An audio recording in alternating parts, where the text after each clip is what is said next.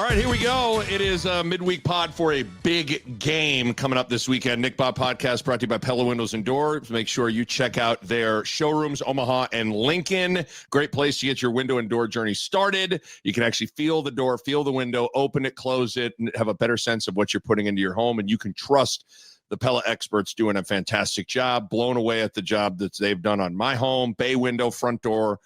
Just excellent work, excellent people. PellaOmaha.com is the website. Make sure you check them out. He's Bo Robert Ruud. I'm Nicholas Allen Bahe. We're taping this. It is Wednesday afternoon, October 29th, and there is a big game this weekend under the lights, a blackout. It's a blackout. It's like black jerseys. We had jersey talk a couple of whatever for the white for they wore the all whites. You and I were traditionalists. I would kind of I don't care, but I would prefer if they just wore their normal jerseys. Yeah, I'm not that concerned about it, but it's a gimmick. Rule always drops little things in his press conference like, the players have come to me and said they really want a game where they wear this or that. Like this is a different world. The idea that I could have been like, hey, Coach Altman. Something's on my mind. Can I grab the door real quick? I really want to wear a couple games where I'm wearing a gray jersey. Can we he'd have been like, get the go lift weights, Nick. I mean, he's on you to get tough. I think he would have ran me. He probably would have. I think he would have said, oh, yeah, bud, well, I'll see you at practice today, and we'll run a couple of 10s, and we'll see how you feel. I mean, it would be an insult. Seriously. Sure. At minimum, he's insulting you. He would have insulted me, ripped on me. The first mistake I make, he'd be like, why don't we worry a little more about assignments and less on jerseys? I mean, that's just you're inviting that to your world. If you go for Quest jerseys. I don't understand, but that's the world we're living in. Hey, listen, there's a world where it looks cool. Like if it's truly like a lot of the stadium's black and there's black. It may be good for the Nebraska brand of you look, it's just like when you watch Penn State and there's the white out. It looks cool. Right. So maybe that will look cool. And I don't know. I mean, a recruit that comes here because that looks cool. It's like, I did think he's got a bigger problem than what do you mean? I don't understand it. I will say it looks cool. It is amazing how is a part of your official visit now we'll get to the club here in a second and more in the game. Is a part of your official visit like a photo shoot? I would assume so. That's what these kids seem to do. I think every kid, I wonder if you get your itineraries, where you'll talk to Dennis LeBlanc about your academics. You'll go meet with Corey Campbell, talk weights, and then we'll get your position coach. Then we'll have a photo shoot. And I mean, it's pretty, what's the word? And I don't know, indulgent. It's like, that is where kids are these days, where that sounds like the best thing you could do with your day is put on a bunch of uniforms, take photos of yourself. It seems like the last thing I'd want to do. Well, and I don't know. We're from a different era now, but if I would have, I remember one of the first official visit things I remember seeing was getting shown the locker room at Kansas State by all the coaches, and they had the lights down with a spotlight on one locker that had Bahe, Kansas State jerk, a whole bunch of gear set up. And I was like, wow, that's cool. But if they'd have been like, all right, now you can put it on, and that's Tina, she's going to take photos of you. I feel like my dad, with my dad watching me take photos, you'd be like, what are we doing here? When you put it like that, okay, so that doesn't sound bad. But when it's every place does it's like you have to do these weird poses and you got to it feels like it's too much. It's too much. Rule gets it though. I mean, he did the whole posing on a bowl thing that he did in the weight room and that stuff. Okay. We don't have a lot to recap with the club last week because the club was closed. The club was closed. It was closed. Yeah. I do need to make sure we make note of the fact that we did decide we sent the offensive line to the DMV with no appointment and none of the proper paperwork filled out.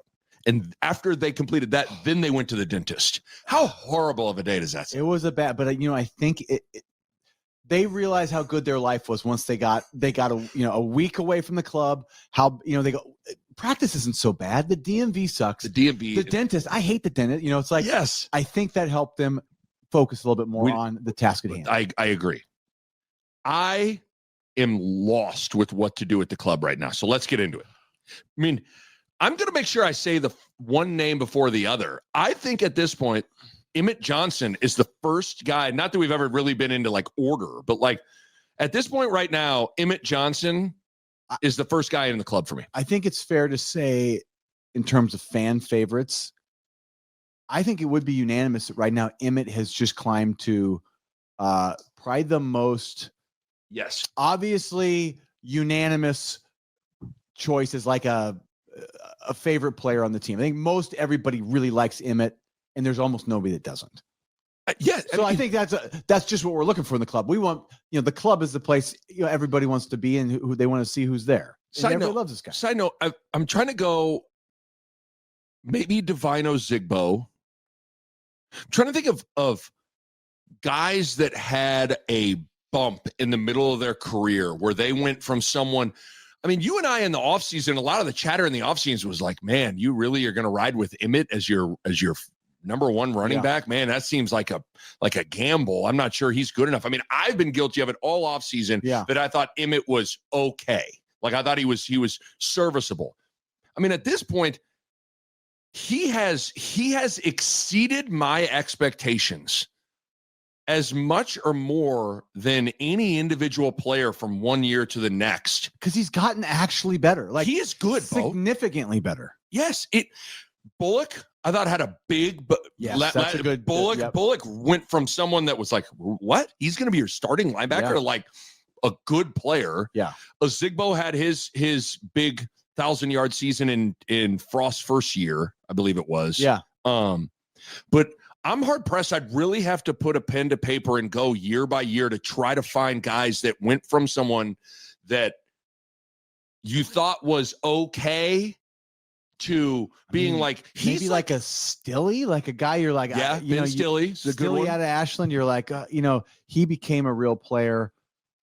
Lindenmeyer a little bit, like Lindenmeyer a little bit. But man, it's just there's not that many that you have like you don't really have on even on your radar. There's kind of some sneaky, pretty good player development stories with Rule. Yeah, like on the Bullock, Emmett Johnson. He's not afraid to play anybody, and I think that's something I've always liked about him. It seems like he's like, I don't care who you are.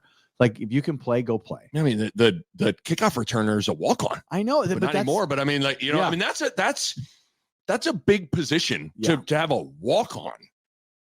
But you got to give them the opportunities, and like you see these guys when they do. I mean, Emmett's an example of he needed a season of carries to like he had some action last year, but he never had consistent action in his career. It's always like he had little spurts. Yep. And we're 8 games in now, and I feel like he is hitting his stride. Like this is his peak. This is him peaking. Like balling.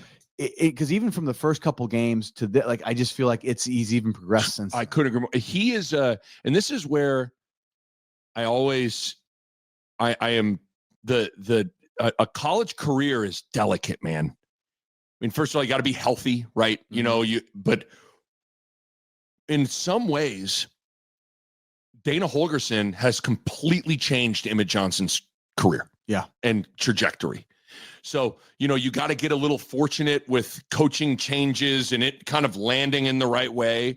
And then sometimes you just need an opportunity, an extended real opportunity to show what you can do. And I think Emmett's like a perfect example of that, of like how sometimes there are things out of your control that can dictate what kind of a career you really have. Not to say there's a bunch of guys that could have had Emmett Johnson type careers that just didn't get a chance, but I don't know. I mean, he just, if Dana Holgorsen ever comes here. Holgorsen went to Emmett quickly. Right away. Yeah, like Emmett. He went to 2 guys right away. Yeah. Lindenmeyer and Emmett Johnson. Yeah.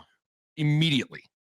I would love to hear that conversation of like, was it just like him seeing like the obvious talent, or was it I don't know, like I'd love to hear that conversation. I would too. From him, like directly, like why did you go like so quickly and so hard for those guys that the other players transferred? Essentially they were in competition, right? 100%. So we went on a tangent there with Emmett Johnson, but I did want to, because I wrote that topic down of like his rise. Like he is, you and I actually, and I feel like we can say this, a couple weeks ago, Tom Chattel put in a column that Emmett Johnson was the best running back in the Big Ten. And you and I, before or after a pod, I made some commentary. I'm like, did you read Chattel? That's saying still that a pretty big statement. I still think Justice Haynes is still a better running back than him, in my opinion. But Emmett Johnson is in, like, right now, he is undeniably in the conversation as a first-team All-Big Ten guy. Yeah, there's probably 3 to 4 running backs that are in under that consideration. And he probably just worked himself into that conversation. I mean, he's the 5th leading rusher in the country. Yeah, he's doing great. So what I literally laughed at from Chattel a couple of weeks ago has now become like, well, who's laughing now, Nick? This guy might be a first team all conference Big Ten running back. Completely. But going back to the club, I feel like that because the order matters. It's always been Dylan and Emmett. Yep. And I feel like let's give Emmett his due. He's the guy, man. And move him to the first in the door. First in the door. First in. And everything falls from there. So Emmett Johnson's in. Yeah. Dylan is in. Dylan's in. Dylan's always. As much as his clutch performances so far, like, all I know is if the offense has the ball at the end on Saturday night and he's got to go 70 yards and they got a couple of timeouts in 2 minutes, like, we believe. I believe Dylan can do it. The more this becomes like a pro game, like the college football with NIL, the more it becomes like a pro game, the more that matters. Because, every pro game is which quarterback gets the ball in the last 2 minutes with a chance to win. They usually win. 100%. Whoever has the ball last usually wins. Because those are pros. They're really good. Dylan, you can say what you want about some of his flaws. What we haven't seen around here in a long, long, long time is a guy making 4 third down and not 3rd and 2. I mean, they were like 3rd and 6, 3rd and 7, 4 third down throws. He leads 2 scoring drives at the end of the Maryland game. Like, he has delivered in pressure packed situations. So I am not the biggest Dylan fan. I think he has enough shortcomings and there's still a little bit out there that's like, I'm kind of just like reserving, going all in on him. But what he's done in the clutch is it makes me always think of, I used to talk to Scott Shanley every week on my radio show on 1620. And he always just would talk about how much a quarterback, the domino effect of the quarterback, just from the standpoint of like a quarterback either gives you hope or despair. And he was like, because his point was like, you just don't, it was hard to even quantify the impact Drew Brees, like just that we knew we had Drew Brees. Well, even on defense. Yeah, that's just get a stop. Yes. Don't stop playing because give Drew a couple more possessions. Yes. It changes the whole team's mindset. 100%. It reminds me, even another example of it is like the year Manning won it with the Broncos. Mm-hmm. Or did they lose in the Super Bowl? They lost to the Seahawks. Oh, that game went awry from the get-go. Yeah, but then they won it the year before or year after? They went 2 years in a row. They went 2 years in a row. They won, they lost one. But there was his last year or whatever, he was a shell of the Peyton in his prime. But you and I would always argue with our friends and different people about, like, you just can't, I don't know how you can quantify when you get into the huddle and it's Peyton fucking Manning in the huddle with you. And I'm not saying that Dylan is to Nebraska's huddle like Peyton Manning is to the Broncos huddle, but the spirit of the point of when you have a quarterback that everybody believes can deliver in clutch moments, you just there's something that happens in that to the whole team. So Dylan, so I say all that to say, as much as he, some of his interceptions recently have been bad, and he's, obviously not the most mobile guy in the world, so on and so forth, delivering in the clutch, man, huge. It's potentially going to, it's giving us a chance to do something this year beyond like, are we fighting for a bowl? Are we, which like we are still in the realm of a lot of potential for the rest of the season. And it's, Emmett's play, right? It's special teams and Dylan in the clutch. That's a great way to put it. The three things that have led to Nebraska even being 6-2, somewhat in that they are technically, I don't think this is a playoff caliber team, but they are in the playoff conversation. Those three things are the reason why. No doubt. I got an Isaiah Hunter as the next guy. Hunter for me as well. Man, he's our go-to. He's good, man. Yeah, he's good. I mean, he makes some of those catches we talked about. Like, they just look hard because he's not super long, but he's just like, he's good. He's tough. He makes the tough catches. And it's just like, he keeps getting it done. 33 catches, 525 yards, and he's got 5 touchdowns.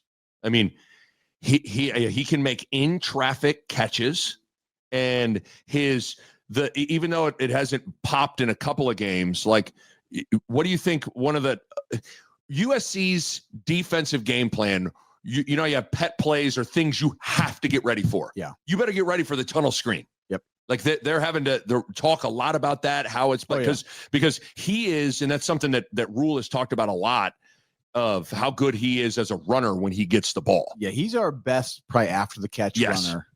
And it's like, and he was our, Dane Key was our big offseason pickup, and Hunter was kind of the afterthought. Yeah. And it sort of turned out like Hunter's been more valuable even. If you, from a defensive standpoint, you're game planning against Nebraska, not to say that it has to be like completely like this, but you got Lindenmeyer, Key, Hunter, Barney. Which guy are you really scheming to try to take away? I think it was Key. I think it was Key, and maybe that's why Hunter has. But then I feel like, I don't know, of late, what's it been? And Hunter's still the guy he's producing. I would try to take away Hunter now. I think there was a world where there was maybe a from Michigan to Michigan State, Barney became maybe the guy that you had to try to take away. But you got some decisions to make there. But Hunter's in the club. Emmett Johnson, Dylan Raiola, Hunter. I forgot that we called him Gump. Gump. Did you see that one? The post. People always remind us we need the people, because I don't know what happens. I feel like you and I, like, although we're recording, we're not recording here. We just like black out when we talk. Seriously, someone was like, "Is Gump going to be in the club?" I was like, "Gump." Oh yeah, I got Kenneth Williams in the club. I mean, Nick, Forrest ran, and Forrest he broke those tackles. He got strong. Hey, his back was as crooked as a question mark, but his legs were the whole end zone yelled stop when he got in there. He's got to be in. And so Kenneth Williams in the club, that 5th spot. It is hard. I copped out. And I almost feel like this is really lame that I'm doing this again, but I put Mike Eckler in the club again. Is that stupid? Are we getting to where it's like, what are we doing? What's going on here? Are we really like? Okay, I'm not sure. Here's why I'm good with it. Because we're trying to prove a point to the rest of the team. We're trying to prove a point that some other players are going to have to step up in this 4-game stretch. Right? It can't be the guys listed: Emmett, Dylan, Hunter, Forrest Gump, Kenneth Williams. Gump, and Mike Eckler. Those have been our guys so far this year, pretty much. Like, that's been the reason Nebraska's won a lot of games here. That's the highlights of our team this year. It's been the highlights of the club. I think it's fair to do that because the rest of the team needs to step up to have a chance to win 2, 3, or 4 of these games. Agree. Down the stretch. Agree. And so I think maybe even more important than who's in the club is who's outside the club and where they are. So so think about it for people listening. When you start listing these names, who do you really feel good about putting into that 5th spot? You have Lindenmeyer. Well, I had an initial thought. Do you want to hear it? Oh, you have. So my initial thought was, they call him Dason and Newary. I think we leave him at Duncan's toy chest. Send the limo back. Pick up Donovan Jones and Devin Wright. Now they're in the limo. But hey, Dason and Newary, they still got pizzas. So we're still fans. So How they're about in this? weight. They're in a weight. I love it. Okay, so I don't know. I'm acting like I can't read. So we're gonna have McCullough and Waneri are still at Duncan's Toy Chest with pizzas. They're our guys. They're definitely our guys. Those are our two guys on the D line for sure. Okay. But Donovan Jones and Javin, like they were balling, right? So those guys made some plays. They've sort of, I think we picked them up in a limo. Can we send them to, I can't remember where Josh Baskin from Big worked. But it was a toy company. The toy company. Yes. Can we send them where they did like chopsticks? Like downtown. Oh no, that toy store. That toy store. He was doing research that day. He was doing research, market research that you can't research. get in a. You can't learn that in a store, can you? So we're sending Donovan Jones and Javin Wright to hang with Tom Hanks and Big, aka Josh Baskin, and the owner of that toy company. The old guy. That guy's great. And they're just gonna market research. They're doing market research. They're gonna they're gonna play the piano with their feet a little bit, see what they can do. Yeah, working on quick feet. I think that's great. We are just an 80s movie and a 90s movie. Completely. Okay, so we've got some people waiting outside the club. Okay. I guess where's Lindenmeyer? Well, okay, these are let's now just kind of, sometimes I like to list the people that are under consideration. Lindenmeyer, Key, Barney, Sayre Wright, Singleton. Oh yeah, we got Sierra and Single. Okay. And I have another person just in an Uber right now, and that's Andrew Marshall. I know he held at the end. Yeah. But Griffin Wilde was like one of the best. He was really producing. I tell you what, he kept him out. I mean, in the end, they don't call it. It doesn't matter to me. I don't care. Andrew Marshall, I want him in an Uber. Are you good with that? I'm good with that. So now the question becomes, do we just put the Gourmet Grill, Lindenmeyer, Key, Barney, Sayre Wright, Singleton? Let's put them all in the Gourmet Grill. Let's just put them all there. We won a game. Let's keep them happy, right? I mean, these guys are doing fine. Some of them been club members, Key and Barney. They've been in that club. Lindenmeyer, the Scarlets, we love them there. So Lindenmeyer, where the Scarlets? What happens with the Scarlets when Lindenmeyer's at the Gourmet Grill? They don't eat that food because it's not good yucky. for their so it's yucky food. Yeah, they go to the health store and they keep it trim. They keep it very trim, very healthy. We're good with that. Are they okay? So the Scarlet Dance team's at home. Yeah, or just they're at a different restaurant. Yeah, but they're clean. They're having a girls' night, and if something happens, they can come. Their phones are on. Yeah, they're ready. They're ready for the stretch limo to come pick them up. Scarlet, or there's a girls' night dinner. Hello, Phi. Yeah, all those girls' parties are. I assume what goes on there. In review, this is awesome. At the club, Emmett Johnson, Dylan Raiola, and Isaiah Hunter, Kenneth Williams, a.k.a. Forrest Gump, and Mike Eckler. Yes. At Duncan's Toy Chest with pizza, Dasan McCullough and Waneri. Yes. Donovan Jones and Javin Wright are with Tom Hanks, a.k.a. Josh Baskin, and the owner of that toy company doing market research. And then the Gourmet Grill is Lindenmeyer, Key, Barney, Sayre Wright, and Singleton. The Scarlet Dance team is having a girls' night. They're ready to party if the night calls for it. Doing their nails, doing their makeup. Yeah, they're getting ready to go. They're listening to Britney Spears and all those sorts of things. And then in an Uber is Andrew Marshall. Okay, so the one last thought is, what do we do about this offensive line? Is there a way to motivate them, to get them out of their house, to motivate them for this week to try to get in the club? Because they're at their house right now, and we need to get somebody out of that house. Okay. Good question. Like a no-sack game from USC, I mean, makes me want to move them up either all to the Gourmet Grill. Like, should we give them an incentive? Like, all you can eat at where? Where would they want to eat? I always think of barbecue. Oh, yeah. Yeah, what about BW3? Or wings? They can go eat wings. They can go to like the watering hole. The watering hole. Let's do all you can eat wings at the watering hole. If they play well at USC. No sacks. It has to be no sacks given up against USC. Okay. All you can eat wings at the watering hole for the entire offensive line. but it's come. I mean, this is the offer. And I'm No adding, sacks. and I'm adding unlimited pitchers of beer, just because that's I mean, that's the way what you want it. from your O-lineman, right? You don't want them. I mean, Dang, electrolytes be damned. Yes, Nothing but nothing but pitchers of beer for those boys. No sacks, yeah. USC. So you're trying to. Wow. Okay. I like how the club has become like we're motivating them for. Yeah, we're the owners of the club, so we kind of get to make decisions. But we're using some of our NIL connections. Well, we know the people with the watering hole. We've talked to them, said, hey, what do we broker a deal with you? Unlimited beers and all you can eat wings if they get no sacks. No sacks. Wow. This club is tight. If you could would you rather be in the club? I think I'd want to be with Donovan Jones and Javin Wright doing market research with. It's a hell of a toy store. That was a great toy store. Fantastic. Okay. That's as good as it gets right there, folks. Okay. USC. I mean, they're coming off a bye, which is not ideal because it was making jokes about giving Lincoln Riley two weeks to prepare.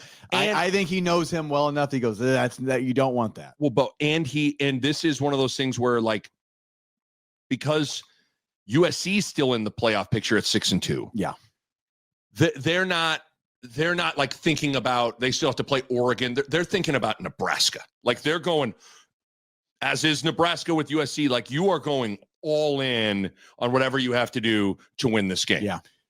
And so it is a little concerning to think Lincoln Riley has been sitting. He's went to the Pacific Ocean and he's just in the sand. He's drawing plays. That's a little scary that he's had time to go have some ocean time to draw a plays. He's looking at that Nebraska defense and because, hey man, this number one passing offense in the country, fifth scoring offense, 42 points per game.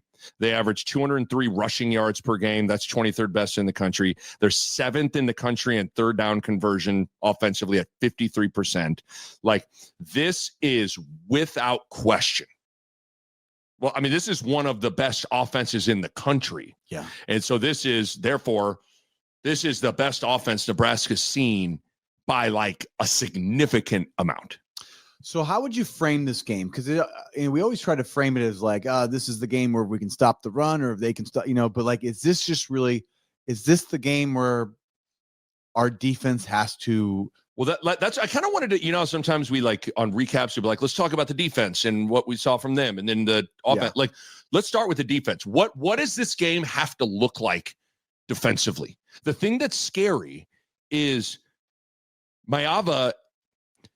He can run. He's mobile. I mean, he's not like Sorsby where they're gonna run him on a bunch of design runs, but he's capable of running. Yeah. And the one thing that has been disappointing is, I mean, Nebraska has not disrupted the quarterback all year. They're 115th in the country in sacks. They don't do a good job of breaking down and getting, like, they have opportunities and they just don't do a good job of wrangling quarterbacks. It makes me that element makes me worried that, like, if you allow Mayava time with all those weapons, like, so somehow does this need to be a game that you got to get creative with your blitz packages? Like, is the school of thought, like, when you're not getting home, you got to get more creative with how you're blitzing? Or do you go, we're just not good at getting to the quarterback? I don't. It's a good question. I mean, I think you do have, like, the less you get home with 4, you do have to manufacture it a little bit more, which puts you at more risk in your back end, right? But really, this, just thinking, like, truly on the spot here, thinking about this, we've framed other games like, I remember we talked about a few of these games where if it's a high scoring game, it favors Nebraska, right? I feel like Michigan State, I felt like Northwestern. I feel like if the score runs up, we want the shootout, actually. I think almost every game, most of them, have felt like that. Yeah, I think sans Michigan, maybe, right? This game feels like it's the opposite. If this game's a shootout, advantage USC, right? Because they have the horses on their pass rush on defense. They have more weapons probably on offense, right? They're a higher scoring offense. Yes. So like everything leads towards, we actually want to reverse that a little bit. Like we need to control the ball. We need to play good. We need to muck it up a little bit.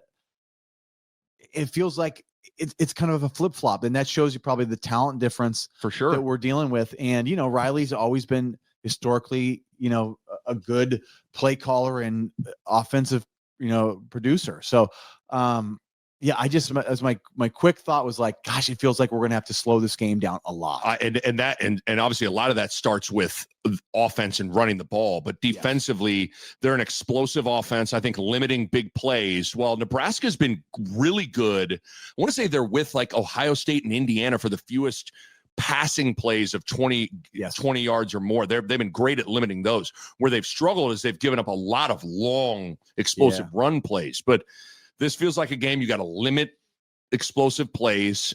You gotta disrupt and get to Mayava a little bit. If he's sitting in there and got all day, that's a bad sign. I also think he's only thrown 4 interceptions this season.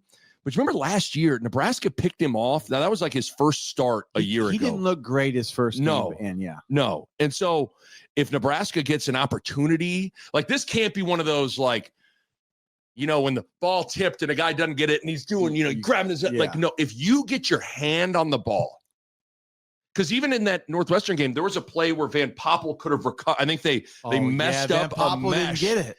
And you like any opportunity, a ball hits the carpet, Nebraska has to get it. Yeah. Ball is interceptable. You have to get it. So that's kind of what, because they have Mekhi Lemons, their best. We said Hunter's got 35 catches. Mekhi Lemons got 48 catches. Next closest is Jacoby Lane with 24. But they're both those. They got a stable of pass catchers that are good. They've gotten banged up at running back a little bit. But and their O-line is athletic and good. And so defensively, it just feels like try to limit big plays. I think it's the start of this game is going to be very important, right? They're not great on the road. Like their road record's like maybe 2-6 or 7, I think, in the Big Ten so far. So I feel like they haven't shown to be great on the road. We're having this blackout. Hopefully it's really noisy, right? So if you can get it, muck it, slow them down early, the noise should play a factor, like a real factor, make it hard for them to do what they want to do.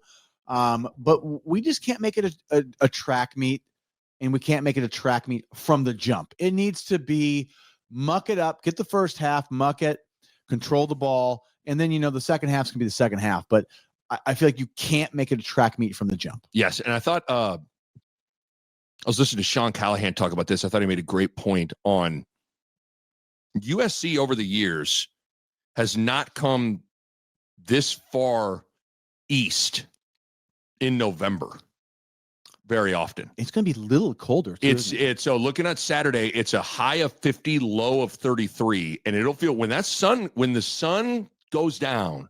I love it. I think you want it. I think you want things as cold as possible. Yeah.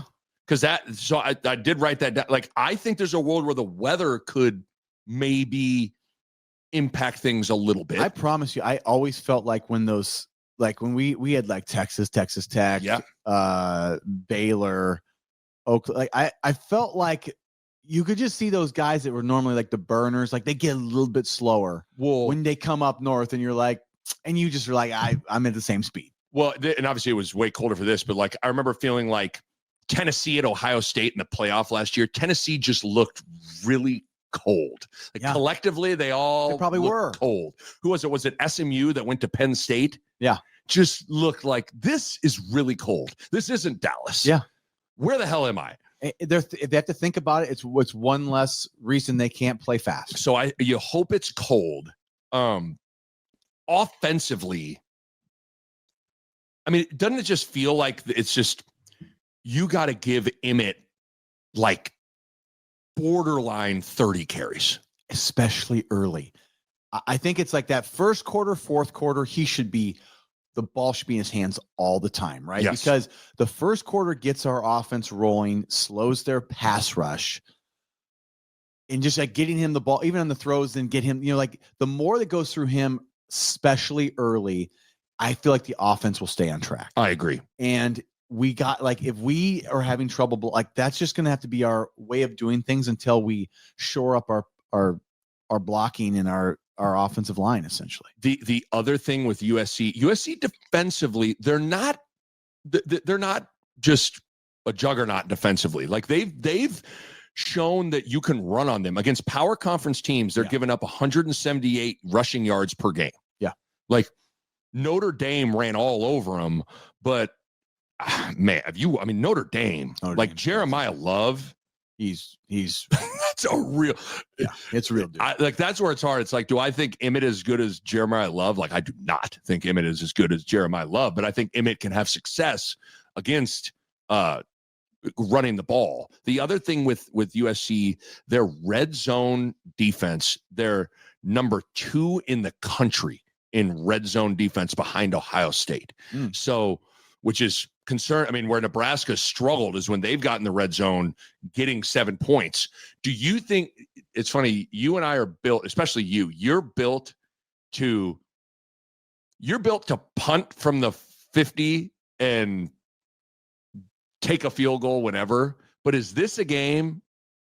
I think punting is smart, but is this a game where 3 points isn't going to get it done? I think it depends how the game's going. Okay.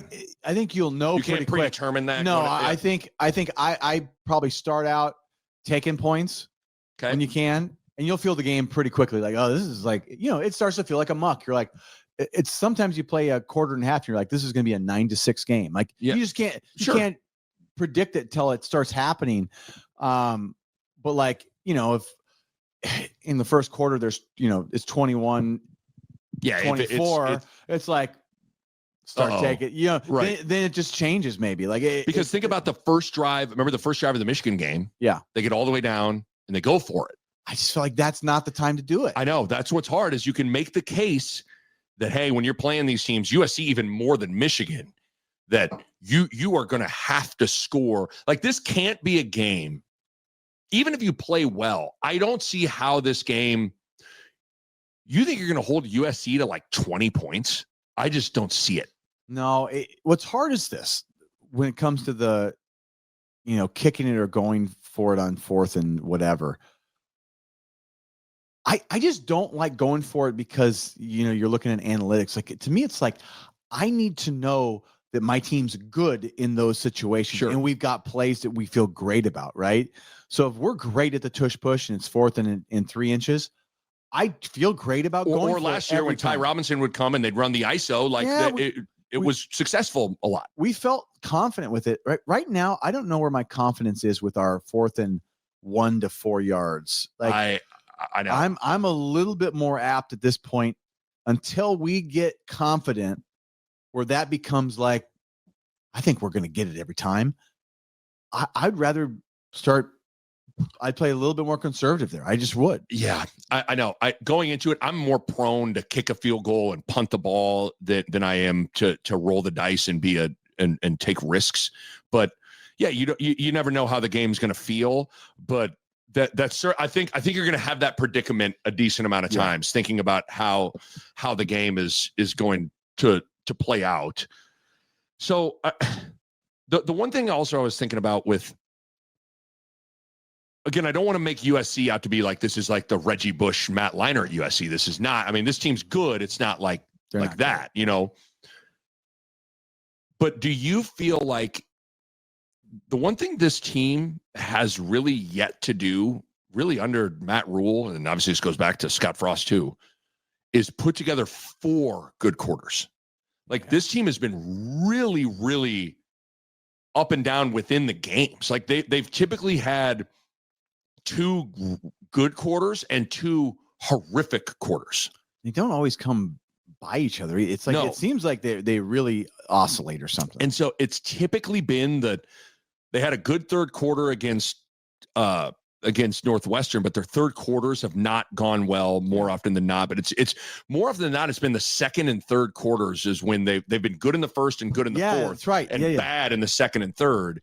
And again, I don't want to paint this like this is like, the 16 versus a 1 in the NCAA tournament or something like that. But it does feel like Nebraska's got to, they can't have, if they have that, where they have two shitty quarters, I just don't think you can have two bad quarters against a team like this and think you're going to win. Correct. I think that's right. I think it becomes a shootout in that case and we lose the shootout. Yes. And so I think you lean on Emmett hard. I mean, you can't worry about, not say you like kill the guy, but you can't worry about like he can handle it. He can handle the carries. It's fine. Because you have to remember, like basically the two games against Houston Christian and Akron, like his load was pretty limited. Give him an extra day off during the week. Give him the rock. He needs 28 to 30 carries. And 25 to 30 touches. And like in the biggest games, I think that's what he needs. Like if you want to give him 20 touches to 25, like I think he needs that extra 5 to 10 in these big games. Be interesting to see what happens. Usually we give a prediction. I mean, if I had gun to my head, I think USC wins. I hate to say that. Vegas got them at. They're up. They got 6. Was it 6? It was at, let's see where they've, that's 6.5. I mean, that it's hard to go. It's hard to say 6.5 is not. I mean, I think they're beatable. I think they're not great. They're not great. They're on the road. I mean, I think there's a world where Nebraska beats them by a field goal, but we got to play, like you say, we got to play complete game. This is what's hard. What's hard about when we talk like this is like, man, this feels like it's the biggest game in the Matt Rule era, the biggest game in a long time. But it's like we said that about Michigan. And then you said that about last week's game. And then if you win this game, you'll say that about the UC. So it's hard because you kind of keep on like taking that title and like passing it on to whatever game is next. But man, this feels like a huge. This is a game. We get to 7 wins, and we give yourself a chance to go like even sniff the playoff. You have lost 28 straight games against ranked opponents. Yeah. You get a knock that off. It's a big stage NBC night game. Yeah. You get to perform well and try to win a game in that spot.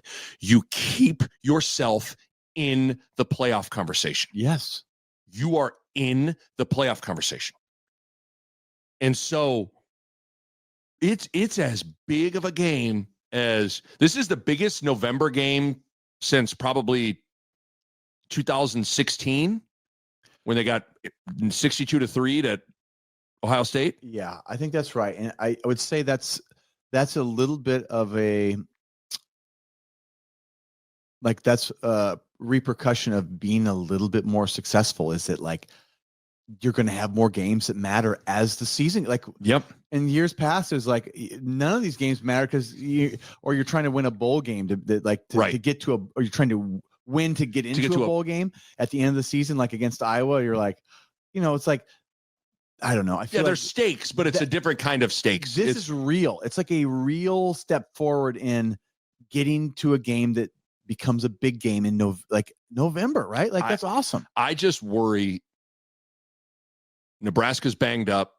Their O-line is already struggled, and they're, I don't know if Catula's going to play. Teddy P's out. Cochran's he's stepping in. So I feel like their O-line's banged up, which is worrisome. Yeah. Lincoln, they have a bye week. They've been able to scheme and plan. I feel like Nebraska this is going to be the best offense they've seen by a significant amount. Yeah. And there's enough things here that you hope it's cold. You hope the crowd makes an impact. You hope Emmett gets it rolling early. Yeah. And you hope special teams can make a huge play again somewhere. Yeah. I mean, you feel like you have to. I think they need a pick, a forced fumble, touchdown, something along those lines, or a big special. I think they're going to need. I almost think they need I think they need a turnover and they need a big special teams play. Yeah. To have a shot at this thing. So we'll see. It should be fun. I lean USC, but by no means is Nebraska just like I don't anticipate, in these sorts of games. I mean, I never say never that like a blowout is always in the cards until it's not, I guess. But I don't know, them getting blown out at home. I feel like that's less likely, but it's if the O-line just doesn't block, anything goes, right? So if we can protect Dylan, that's not a blowout. I promise you that. Yeah. Like that will not be a problem. It all comes from, can we protect Dylan?